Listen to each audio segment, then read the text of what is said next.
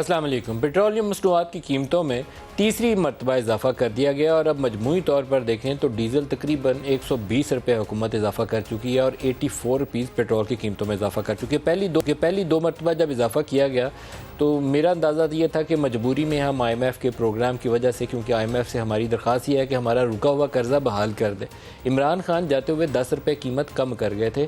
یہ کوئی قوم سے محبت نہیں تھے کر کے گئے، ان کو پتہ تھا کہ وہ حکومت گرنے والی ہے، تو ایک مشکل صورتحال سے دوچار کر گئے تھے پاکستان کو۔ پروگرام رک گیا تو ایک ڈیفالٹ لائک سچویشن ہے جس میں پاکستان کھڑا ہے پچھلے تقریباً 8 سے 10 ہفتوں سے۔ اس میں کوئی سرپرائز نہیں ہے، ریالٹی عمران خان کو بھی پتہ ہے، شوکت ترین کو بھی پتہ ہے، اسد عمر کو بھی پتہ ہوگی، اور ویسے ہی وہ reality P M L N کو بھی پتہ ہوگی۔ پی ایم ایل این میں ایک کمزوری دکھائی جب ان کو پتہ چلا کہ پہلے 60 روپے کی ڈیو ہے انکریز، تو ان کی وہاں پہ ٹانگیں کانپ گئیں کہ فوراً انکریز کی تو ہمیں تو سیاسی طور پر بہت مار پیٹے گی۔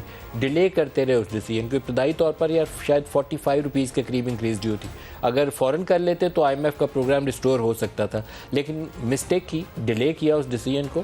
اس کا نتیجہ یہ نکلا کہ انٹرنیشنل مارکیٹ میں پرائسز میں مزید اضافہ ہو گیا، اور ساتھ کیونکہ آپ کے پاس فورن ایکسچینج انفلو نہیں تھا آ رہا، نہ کہیں دوست ممالک سے قرضے مل رہے تھے، نہ ملٹی لیٹرل لینڈنگ مل رہی تھی، I M F, World Bank, A D B سب رکا ہوتا ہے۔ آئی ایم ایف رکے تو سارے قرضے رک جاتے ہیں، تو روپے پہ بھی دباؤ آنا شروع ہو گیا۔ 189 پہ انہیں روپیہ ملا تھا، 181 پہ لے گئے کہ ہم آ گئے ہیں، تو اب بس پاکستان میں اچھائی کے دن شروع ہو گئے۔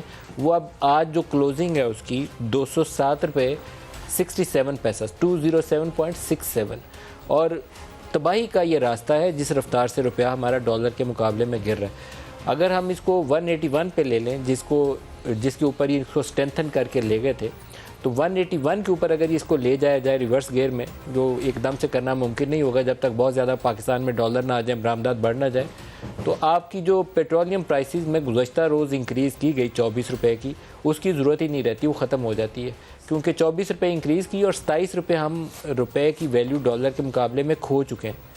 27 روپے یا 26 روپے یا 27 روپے، 181 سے 207 روپے 67 پیسہ کے اوپر یہ پرائس آ چکی ہے ڈالر کے مقابلے میں۔